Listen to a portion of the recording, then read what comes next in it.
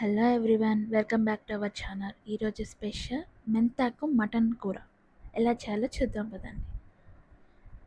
పిల్లలు పెద్దలు ఆకుకూరలు అంటే ఇష్టపడని వాళ్ళు కూడా ఇలా నాన్ వెజ్లో వేస్ట్ చేస్తే బాగా ఎంజాయ్ చేస్తారండి.